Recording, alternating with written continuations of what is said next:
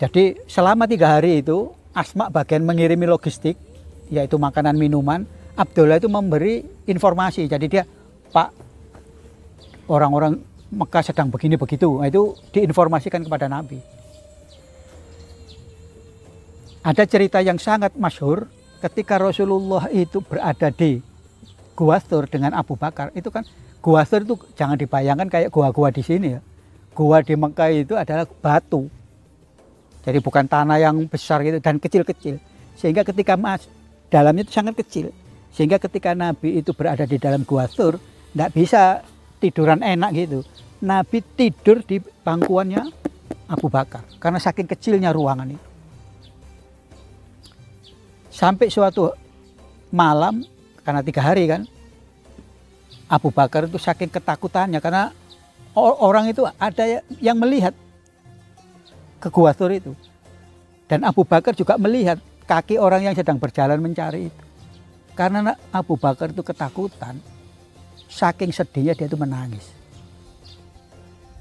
Karena logikanya Abu Bakar begini, kalau saya yang ketahuan dan kemudian dibunuh, tidak masalah. Tapi kalau yang dibunuh ini Rasulullah, selesailah dakwah Islam. Ya, saking sedihnya beliau itu menangis. Itu satu riwayat. Riwayat yang lain, menangisnya Abu Bakar itu karena kesakitan. Kesakitan apa? Karena di gua itu kan banyak lubang-lubang. Itu juga dihuni oleh kalajengking. Jadi konon ceritanya ada lubang yang isinya kalajengking itu ditutup oleh Abu Bakar. Digigit kan. Ya karena digigit kan beracun tuh. Nah, dia merasa kesakitan sampai meneteskan air mata. Wallahu alam mana yang benar kisah itu. Tapi paling tidak ketika air matanya Abu Bakar itu menetes ke pipi Rasulullah, Rasulullah terbangun. Ada apa?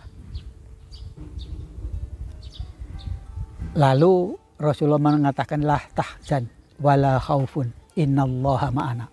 Kamu jangan sedih, kamu jangan takut karena Allah beserta kita. Itu ayat Quran kan.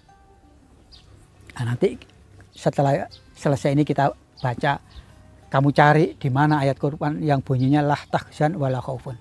Jangan takut, jangan khawatir, Allah beserta kita. Nah, artinya orang-orang yang sedang atau yang mengejar Rasulullah itu tidak ketahuan. Bahkan ada riwayat yang lain tiba-tiba ada laba-laba yang membuat sarangnya. Sehingga ketika yang mencari Nabi dan Abu Bakar itu kayaknya jangan-jangan di dalam gua ini. Oh tapi nggak mungkin karena gua ini masih ada sarang laba-laba. Nah, kalau Nabi dan Muhammad masuk Muhammad dan Abu Bakar masuk kan mesti rusak. Ada cerita yang begitu itu. Tetapi intinya seluruh pencarian orang-orang kafir Quraisy itu gagal. Setelah 3 hari dan Abdullah anak Abu Bakar itu memberi informasi bahwa keadaan memungkinkan untuk Nabi dan Abu Bakar keluar, maka kedua beliau ini keluar dari gua. Nah, ini menarik. Ketika Nabi dan Abu Bakar keluar dari gua itu menyewa seorang pemandu jalan. Jadi orang yang ahli betul lewat jalan yang tidak biasa dilalui orang. Ya kira-kira kalau sekarang itu travel bureau lah. Kalau travel bureau itu biasanya jalannya yang rutin. Ini jalannya yang tidak rutin. Namanya Uraikid. Uraikid ini juga bukan orang Islam. Dia masih kafir. Tapi mau membantu Nabi dan Abdullah untuk menunjukkan jalan ke Madinah tidak lewat jalan biasa. Kenapa menurut kamu kok Uraikid mau membantu Nabi memandu jalan sampai ke Madinah? Apa kira-kira pertimbangan? Padahal dia bukan orang Islam. Kalau orang Islam ya karena sahabat dia bantu. Tapi bukan orang Islam, kenapa dia mau? Karena dibayar. Jadi pertimbangan Uraikid ini pertimbangan ekonomis profesional. Karena profesi dia itu adalah penunjuk jalan, ketika dibayar mahal ya dia mau. Akhirnya Nabi dan Abu Bakar itu dilewatkan jalan tepi. Jadi kalau misalnya ini Makkah Madinah itu biasanya begini, ini lewatnya nyusuri pantai. Sehingga Nabi dan Abu Bakar sampai tiba di Kuba namanya. Yang sekarang kemudian dibangun Masjid Kuba itu. Ini ada hal yang perlu kita cermati. Nabi Muhammad itu hari H-nya dan jam D-nya untuk hijrah ke Madinah itu ditentukan oleh Allah Subhanahu wa taala. Jadi artinya apa? Proses pindah itu kan di bawah pengawasan langsung Allah Subhanahu wa taala. Pertanyaannya, apakah Allah tidak bisa melindungi nabinya itu dengan hal-hal yang gaib? Kamu kan sering nonton film apa? Power Ranger segala macam itu kan? Power Ranger kalau perang kan tuh kemudian ada cahaya kan gitu kan? Terus senjatanya orang bisa mental gitu. Apa Allah tidak bisa membuat begitu? Katakanlah dua orang ini jalan, ada cahaya yang tidak kelihatan. Jadi kalau dilempar tombak atau dipanah, panahnya bisa balik. Bisa kan itu? Tapi tidak dilakukan oleh Allah Subhanahu wa taala. Kenapa? Karena perjalanan ini, jadi begini loh. Kalau Nabi itu hijrah itu kan berjuang kan? Karena dia mengalami kesulitan di Mekah. Kemudian diperlakukan istimewa seperti itu oleh Allah Subhanahu wa taala. Kita itu akan berkilah kalau memperjuangkan Islam ini. Beda, Nabi Muhammad itu dulu berjuang kan diberi cahaya langsung oleh Allah sehingga kalau dikejar orang dia tidak nampak. Kalau dipanah, panahnya nggak kena. Pasti kita itu akan begitu. Tapi dengan cara Allah Subhanahu wa taala memperlakukan nabinya seperti sunatullah. Sunnahnya Allah. Jadi sunnahnya Allah itu apa? Kalau orang jalan kakinya luka ya luka. Ya kayak tadi kan Abu Bakar ketika digigit apa? Kalau jengking ya kesakitan. Nabi juga kecapean. Ketika Nabi tidak tahu jalan, dia nyewa uraiket, dia bayar. Nabi itu juga mengeluarkan uang untuk membayar pemandu jalannya itu. Artinya apa? Tidak ada alasan kita sebagai umatnya untuk berkilah ketika kita itu menegakkan li'i'lafi kalimatillah, ajaran Islam itu. Kenapa? Karena nabinya saja diperlakukan seperti itu. Apalagi kita yang bukan apa-apa. Jadi kalau mau memperjuangkan ajaran itu ya harus berkeringat, harus bermodal, harus mempunyai ilmu, harus capek, harus lapar, harus haus. Karena nabinya juga begitu. Coba misalnya nabi itu diperlakukan tiba-tiba tidak pernah haus, atau kalau dia kemudian ingin minum begini aja sudah mancur air kan gitu. Enggak, Nabi Muhammad itu bersusah payah. Uraikat itu dibayar oleh uang sakunya Nabi loh. Uang ya dari sakunya Nabi. Akhirnya sampai ke mana? Kuba. Di Kuba itu beberapa hari dia mendirikan masjid. Jadi masjid pertama yang dibangun Nabi itu bukan Madinah, tapi masjid Kuba. Nah, sampai masjid Kuba itu kemudian Nabi beberapa hari dia pergi lagi ke Madinah. Di tengah perjalanan itu ada kampung suku yang lain, pas hari Jumat. Maka Nabi Jumatan di situ. Itulah sekarang ada masjidnya namanya Masjid Jumu'ah. Sampai akhirnya pada suatu hari Nabi sampai masuk di Madinah, disambut dengan penduduk Madinah yang disebut kaum Ansor tadi dengan itu yang terkenal itu Thala al-Badru alaina itu dengan lagu-lagu penyambutan itu. Lah, ketika masuk ke Madinah, sahabat Madinah itu juga rebutan. Nginep di rumah saya saja, nginep di rumah saya. Nah, Nabi kan jadi, wah kalau saya nginep di rumahnya si A, nanti si B, si C, si D kecewa. Kalau saya di C, nanti yang lainnya kecewa. Akhirnya Nabi bilang apa? Biarkan saja unta saya ini. Jadi Nabi tidak pegang kendalinya, untanya dilepas. Di mana unta ini berhenti, disitulah saya akan mukim. Nah, untanya itu jalan sendiri. Akhirnya berhentilah di sebuah tanah kosong milik dua orang anak yatim yang kembar. Nah, tanah itulah dibeli oleh Nabi dan dibangunnya Masjid Nabawi itu. Cikal bakalnya di situ. Jadi cikal bakal tanah Masjid Nabawi itu ya dulu tidak seluas ini ya, karena tanahnya masih kecil saja itu kan, terus kemudian tanahnya si A, tanahnya si B dibeli, dijual, diwakafkan menjadi seluas itu sekarang ini. Nah, jadi tanah pertama kali itu adalah tanahnya anak yatim piatu yang kembar. Itu yang dibeli oleh Rasulullah Shallallahu Alaihi Wasallam. Lah, selama pembangunan masjid itu dan juga kamar atau tempat tinggalnya Nabi, Nabi tidur di mana? Ada seorang sahabat namanya Abu Musa Al-Ansori. Jadi kalau ini sekarang Masjid Nabawi, di halaman depan dekat kiblat, kiblatnya kan pengimaman di sini ya. Itu di depan sini itu ya sesungguhnya sekarang itu bangunan AC apa untuk sirkulasi udara. Tapi diperkirakan di tempat bangunan itulah dulu rumahnya Abu Musa Al-Ansori.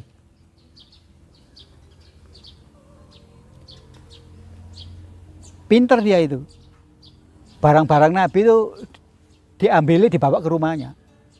Akhirnya ya Rasulullah, daripada di sini masih dibangun tidur di tempat saya.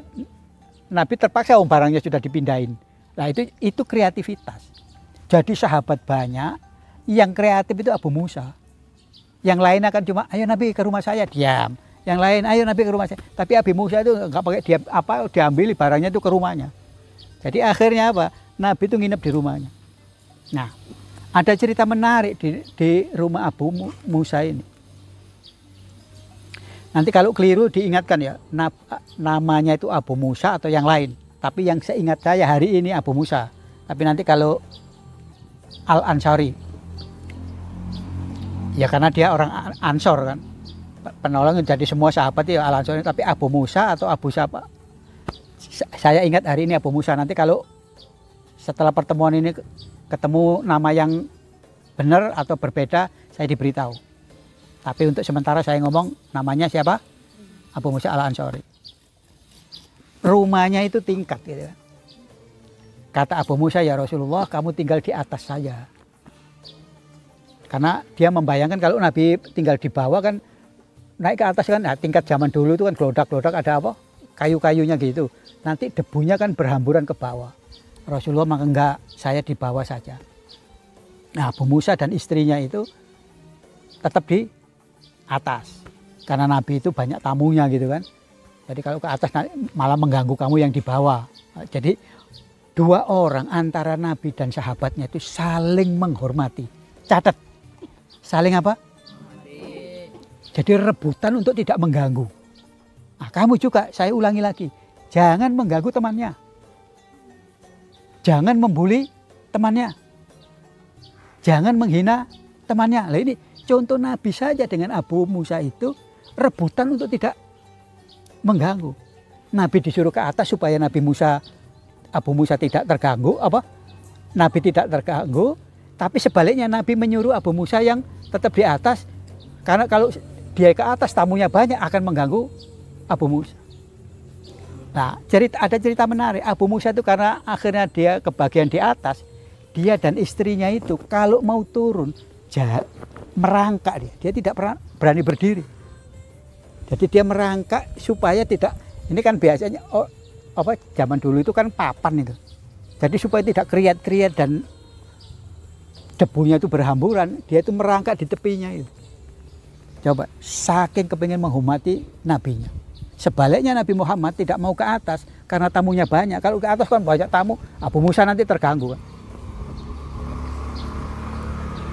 Cerita yang lain, hijrah itu kalau ngomong fisik selesailah sudah hijrahnya Nabi ke Madinah ini. Tetapi ada cerita karena dia pertama kali itu berada di rumahnya Abu Musa Al-Ansori. Abu Musa ini umurnya panjang. Sampai akhirnya dia ikut berperang di mana-mana.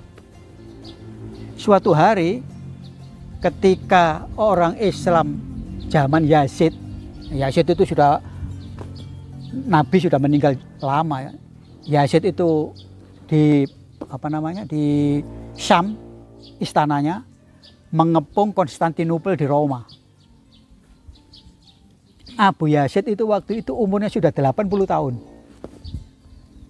Kata Abu Yazid, Abu Musa Al-Ansori itu umurnya 80 tahun. Ketika dia mau ikut perang. Tapi sahabat-sahabat yang lain, sudahlah, kamu kan sudah tua.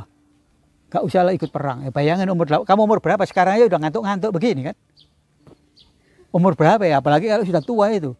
Tambah gampang ngantuk, gampang capek gitu kan. Abu Musa itu sudah 80 tahun tapi ingin perang ke Konstantinopel. Enggak, saya kepingin menyaksikan karena sabda Nabi, barang siapa yang menaklukkan Konstantinopel, itu adalah pada zaman panglima terbaik dan tentara terbaik.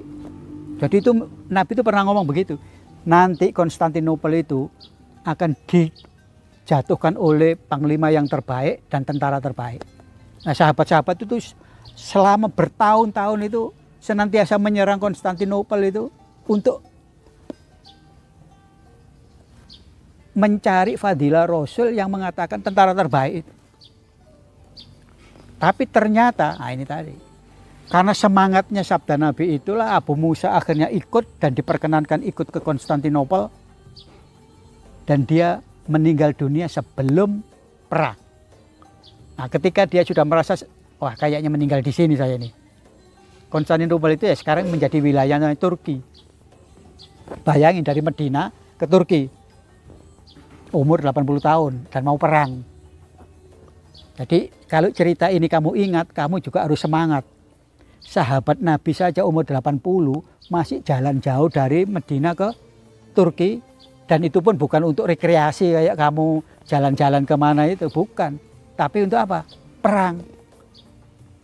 Sampai di dekat Konstantinopel sana karena dia merasa sudah mau wafat. Dia bilang begini, kalau aku wafat, kuburkanlah aku dekat dengan benteng Konstantinopel. Supaya aku mendengar gemerincingnya kuda-kuda yang mengepung dan menyerang Konstantinopel. Jadi Konstantinopel ini adalah sebuah benteng yang berusia hampir ribuan tahun, 1000 tahun lebih. Tidak pernah ada orang yang bisa menghancurkan. Jadi orang-orang Roma itu pintar. Membuat benteng itu berlapis begini. Jadi ini benteng apa namanya batu. Sini diberi jebakan kolam. Ini benteng lagi. Ini kalau nggak salah ada 3. Itu setiap diserang tidak pernah. Jadi saking kuatnya benteng itu. Dan nanti dalam cerita yang lain saya akan ceritakan bahwa benteng itu akhirnya jatuh atau bisa diserang oleh Sultan Al-Fatih dari Turki Ottoman. Nah itu nanti ada cerita lain apa. Seorang waktu itu umurnya masih 25-21. Jadi Sultan Fatih itu waktu nyerang Konstantinopel umurnya baru 21. Caranya gimana? Dia kalau melihat yang namanya zaman dulu itu benteng dari batu. Kalau orang nyerang itu kan paling pakai manjane. Jadi manjane itu apa ya? Ketepel besar. Jadi ada apa namanya? Kayu besar begitu. Jadi terus di sini diberi batu-batu besar, terus dilemparkan begitu. Nah, maksudnya itu kena ini supaya jebol. Tapi karena ini beberapa lapis ya nggak jebol-jebol. Nah, zaman Sultan Fatih itulah nanti diketemukan meriam terbesar yang bisa menjebolkan benteng Konstantinopel. Jadi kembali kepada cerita hijrah Rasulullah. Saya sedikit melebihkan ceritanya Abu Musa Al-Ansori itu karena Nabi selama Masjid Madinah itu dibangun, dia tinggal di rumahnya Abu Musa Al-Ansori. Dan dia umur 80, pergi Konstantinopel untuk perang dan wafat di Turki sana. Jadi Abu Musa Al-Ansori itu wafatnya, makamnya di Turki. Itulah cerita singkat tentang hijrahnya Nabi. Nah, mudah-mudahan kamu bisa menangkap bahwa hari jamnya untuk hijrah itu Allah yang menentukan. Tetapi ketika perjalanan Nabi itu melakukan cara-cara seperti manusia biasa. Ya tidak seperti tadi dilindungi pakai cahaya, pakai ini yang apa namanya yang aneh-aneh begitu, enggak, ya biasa. Bahkan Nabi mengeluarkan uang untuk apa? Membayar juru pemandu jalan. Itu yang saya sampaikan sebelum diakhiri supaya kamu ingat bahwa kejujuran itu penting. Ulangi lagi. 1, 2, 3. Jujur, makmur, doa mabrur. Ayo. Sekian, wabillahi taufik wal hidayah. Wassalamualaikum warahmatullahi wabarakatuh.